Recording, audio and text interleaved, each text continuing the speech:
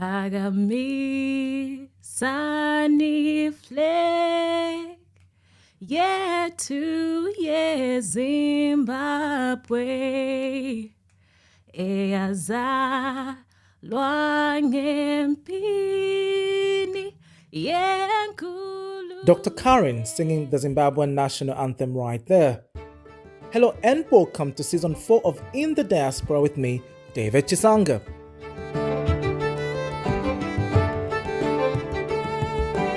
Now, In the Diaspora is a weekly program that focuses on migrants in Ireland.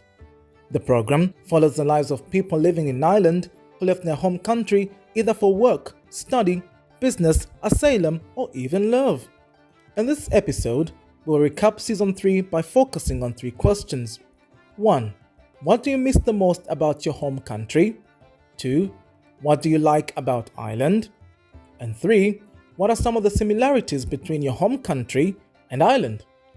I should hasten to mention that not all of our guests in last season will answer these questions. Let's get season 4 started.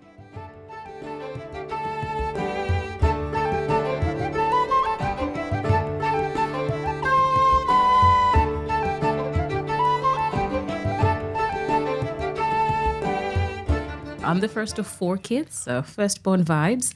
And I've always wanted to do medicine ever since I was 10 years old. So I just knew, that I was going to do medicine. And I know at that young age, it was just seeing the poor service really at a local clinic when I'd gone with my siblings to the clinic. And I just had this stirring in me to be like, one day, you know what, I need to grow up and make a difference. So that's kind of how it started. And here we are doing medicine, doing what we love. Outside medicine, I enjoy talking a lot and singing. You actually speak well, by the way. Thank you very much. Thank you. And singing. I'm a very creative person, so I enjoy writing, dancing, although I just dance by myself. I do enjoy dancing. And just nature and traveling. I love food. I'm a foodie. And I love helping people. So volunteer work as well is close to my heart. Dr. Karen Kamukapa is a medical doctor in Ireland, originally from Zimbabwe. What she misses the most about her country of origin will not come as a surprise. The weather. The weather. We have beautiful There's weather in lovely Zimbabwe. weather in Ireland. The sun is always shining gloriously on this melanin. I think I miss the sun. Ireland is great. It's green, but it is wet all the time with no sun. So it's the weather. And I grew up in Victoria Falls, so I miss the nature, the wildlife, freely available. You don't have to pay for it. You're walking in town. Oh, the elephants are in town. You got monkeys and baboons on your rooftops most of the time. So I think I miss that, whereas here you'd think of going to the zoo to see animals. So yeah, the weather and the nature. And the nature. And the sunsets. We have amazing sunsets. In as much as Dr. Karen does not quite appreciate the Irish weather, there are at least 3 things that she appreciates about the European country. Their history. They have the history. many historical buildings and museums and monuments, and I love that type of thing. So yes, they have a rich history and culture. Number 2. Number 2. There are no snakes in Ireland. Oh my gosh. Yes. I do not like snakes. So that is great. I don't have to worry about snakes at all. And the third thing? Number 3. Number 3, that's a bit of a tough one. They're friendly. Yeah, for the most part, they're really friendly. Coming from South Africa, where racism was just like in your face. And then here, of course, nobody's perfect, but it's not as bad. They might be here and there, but it's not in your face, So that's nice. Coming to Ireland, Dr. Karen experienced cultural shock in relation to her profession. In Africa, the profession is very much respected, whereas here, if you're of a certain color and if you're female gender, obviously you have to prove yourself even more. Like you have to work twice as hard and, You know, they will not really listen to you. Whereas back home, you know, of course, there are still those people that that would disrespect you, but they would still respect you just because of the role that you're in. You know, and I found that really lacking here. And here it was more of defensive medicine. So everything you do is to be like, okay, just in case somebody sues me one day, I have to be covered. Whereas back home, you're practicing without that, you know, concern that, oh my gosh, somebody's going to sue me. So you're really focusing on the patient. It's more holistic. And I think we spent more time with the patient as compared to here. It's more like everything is timed, you know, in and out. So that's the big difference that I found, yeah. Dr. Karen believes there are more differences than similarities between Ireland and Zimbabwe. Wow, I think I might start with the differences. We're more communal. All right. You know, back home, you know, children are not raised by just their parents. It's the whole village, essentially. The whole village can discipline a child. Whereas here, it's more just the parents and, you know, they're not very communal. It's very isolated. We're very religious back in Zimbabwe. And that's not really the same this side, you know. In terms of similarities, I really don't really think we have much similarities, to be honest.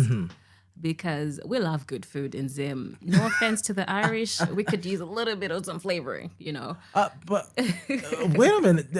I don't understand. What do you really mean there?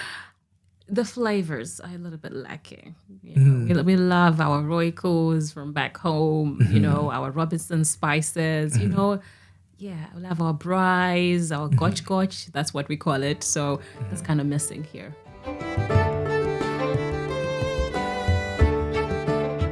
You're listening to In the Diaspora with me, David Chisanga.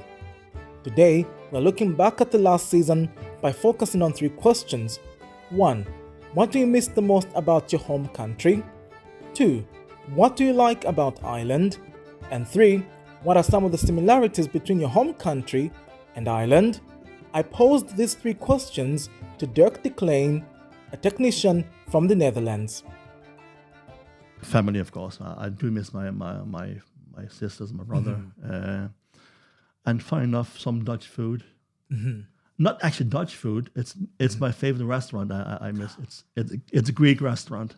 It's in my hometown, and my wife loves it too, and I miss it because the food is just out of this world, and especially the particular restaurant. Every time you go there, it doesn't disappoint, and that's probably the 2 things I miss the most. Like, you know, but you've definitely lived in here longer, you know, than most people I've talked to on the program actually, and it's actually a privilege. You know, you've seen how, you know, the city, Limerick, or the country itself has developed. Has really developed. Now, what are some of the things that, you know, you like now? The 3 things that you like about Ireland, you know, the 3 things that have stood out for you the past, you know, 27 years to say, and I'll be counting with you. The first one. The first one is just what I find the people. What? I love the people because they help whenever. Secondly, and this might sound strange, I do actually like the weather. The weather? Yeah. The Irish weather? Well, not all the time, but in general, overall, it's fairly. But it rains the whole year. Yeah, but see. Again, where I grew up, I mean, I remember cycling to school in -20. And when we got married, it was 42 degrees. So the extremes were quite very evident in that. So here it's okay.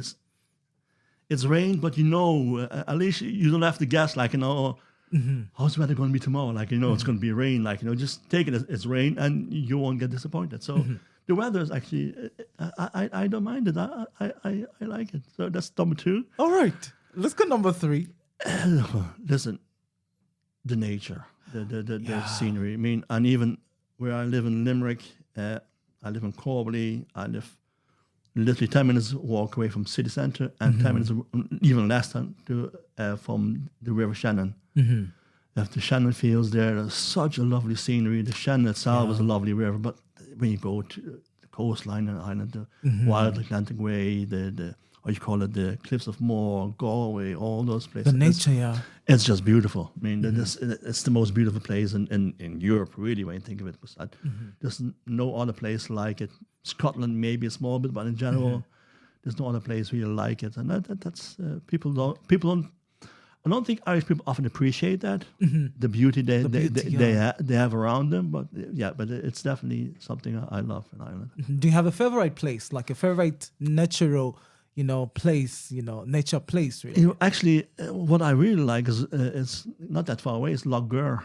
It's a lake, just County Limerick. It's a small lake, but they have lovely mountains there as well. And this. It's a nice place to walk, and it's a lovely place. You don't even have to you don't have to go far in Ireland to find a lovely, beautiful scenery. So it's at your doorstep mostly. So. Although both Ireland and the Netherlands are European countries, they have different cultures. Dirk explains. Similar, I don't know. You see, when it's something similar, you don't notice it. Yeah. So the probably is similar, but I couldn't say. But culture differences, though, as I said already, the Dutch are quite open-minded. Open, yeah, and the greeting, on everything. So I remember, and this, it's quite funny. When we first moved here, I was staying with my in-laws then for the first couple of for the year or so before we got settled from the house and stuff, and I was still finding our ways. So when it came to television time, every time when my father-in-law thought of something naughty might come up on TV, I could see his hand go for the remote control to get ready to switch over. Yeah. I told my wife, he does realize where I come from. Yeah, I mean, to us that means nothing. Like, we see that stuff on daytime TV. So, but that's one of the things. Like, but also again, the Dutch are more direct, though. More direct. Yeah, they don't beat around the bush. They say what they mean. And as I said earlier, if you ask me a question, you don't like the answer, you should not have asked the question in the first place. Yeah. So the Dutch are very direct, and sometimes that can lead to confusion. Sometimes that might be seen as being arrogant, which it isn't. It's just people. The Dutch don't have much time. We just want to be direct. So you get it over with, and then we move on to other things. Where the Irish, they like to talk, and they like to talk a lot about things before they actually get to a point. The point, yeah. Sometimes that's frustrating, but it has many charms as well. But also, for instance, in the Netherlands, when you call a plumber and you say, "Well, I'll be there Monday at 10:30." Yeah. You can bet he'll be there on Monday 10:30. In Ireland, when you ring a plumber, you say, "I'll be there on Monday 10:30." You might be lucky if he's there on Tuesday. Okay. But that's one of the differences. Like, but once you know that, it's easy to get over it. I mean, you just have to relax. Accept. And on the other hand, for instance, I would, to stay with the plumber scenario. I have a great plumber. No, sometimes he just walks away and says, "Listen, no charge." No, that would not happen in the Netherlands. They would charge every time. Okay. It's not like, well, I've done the work, you pay me. That's no one cares about it because that's what it is. But here there's a bit more flexibility. Like, listen, it's fine. You don't have to pay me or whatever. Whenever you really have a good plumber. I have a good plumber. Yes, I stick with him. Yeah. But yeah, so but I've seen it in other things as well. Like, Irish are a bit more quite helpful as well. And so if you're lost and you ask the way, they would go out of the way to show you the place where to go. Like, a Dutchman, and that's why I say, well, it's there and there. If you don't understand, well, sorry, I mean, I'm not a sat nav. Okay, then they will leave it to you. If you don't understand, well, sorry, that's all I can do. An Irishman will nearly walk you there to the place where you have to be. And I've seen it, people doing it. And I've had people offer me a lift. So, no, I'll bring you. And so that wouldn't happen. And he's shocked, like. Yeah. That wouldn't. It might happen occasionally in the Netherlands, but in general, people they'll help you, but to an extent. Here, they will actually go that extra mile. So they make sure that you'll get there where you have to go. And that's a good thing here as well. Like.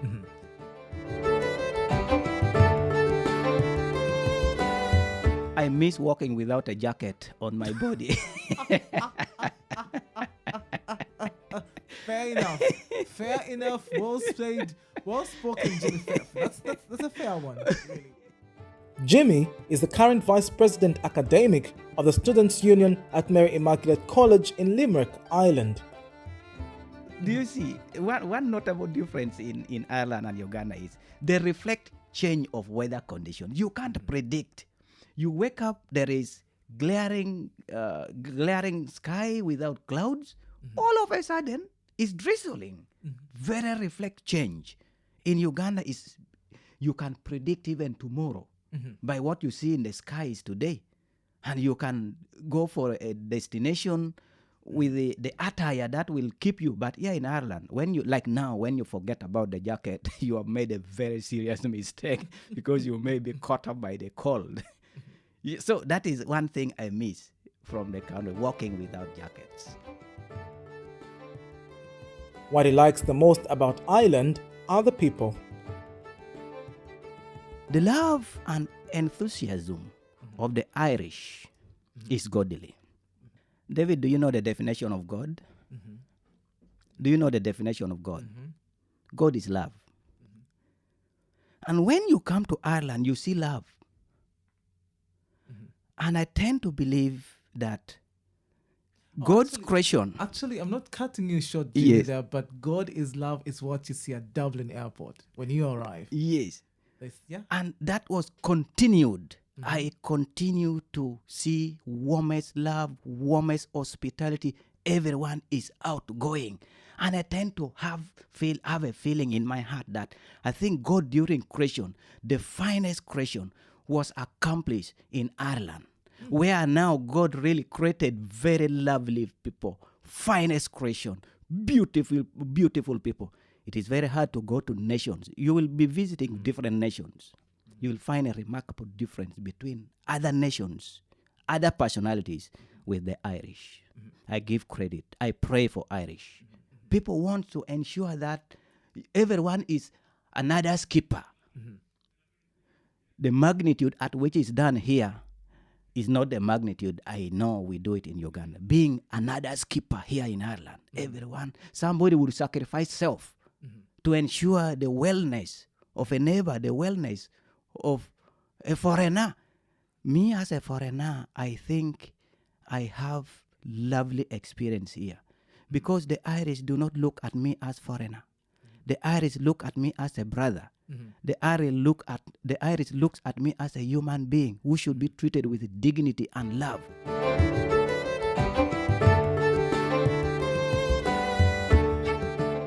This is In the Diaspora with me, David Chisanga.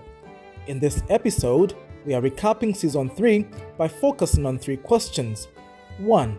What do you miss the most about your home country? 2. What do you like about Ireland? And 3. What are some of the similarities between your home country and Ireland? Well, Jimmy has already answered the first 2 questions. He's yet to answer the last one as we near the close of our recap. The food that All right. that I eat, honestly, the food I eat here sometimes are not the taste that we have in Uganda. All right. So what would be the test then in Uganda? For me, I love beans. Now, when I get beans from the stores here, the tastes are not baked very beans. nice. It's Like, baked beans, really. yeah, some of them are baked. Now, we have very organic food and fruits. And when you go to Uganda, sometimes you access free fruits like pawpaw, like mango, like oranges. Some of them are wild in the bush and it's free. Actually, they are in excess. But now when you need the pawpaw, sometimes you go to stores, you don't get it. But in Uganda, you can access them free. Pretty much at home. Yes. Another thing that I see from maybe the flora and fauna perspective, I have never seen a very huge tree. In Uganda, When we stand three of us in a cycle, then we join our hands. The cycle we make can be the size of a tree. We have such trees in Uganda. When we stand three of us, then we open our hands, we join. Some trees are that size. I don't see that in Ireland. I don't see big trees. I don't know whether they were there and they extinct, or this what we see are what used to be. But in Uganda, they're big ones. And we have some forests in Uganda that since God created the world, nobody has broken through. They're thick and have thickets of packings of the flora. And sometimes animals cannot navigate them. You only have birds singing their symphony on the canopy. Before we end our program today, I'd like to share with you something profound that Omar Farouk from Bangladesh said last season. We are human, but we still try to harm other. So that actually make much disappointment to me. I cannot say I am a good person, but still we have some characteristics of human and some characteristics of inhuman behavior. So as a human, we should follow those characteristics of humanity. For example, honesty, good behavior, not harming to others, trying not to do corruption, and the all sort of war around the world, because we are people, but we still killing each other. Be human now. That's it for today. Many thanks to our season 3 guests, and thank you for being with me in the diaspora. I'm David Chisanga. Until next time, bye for now.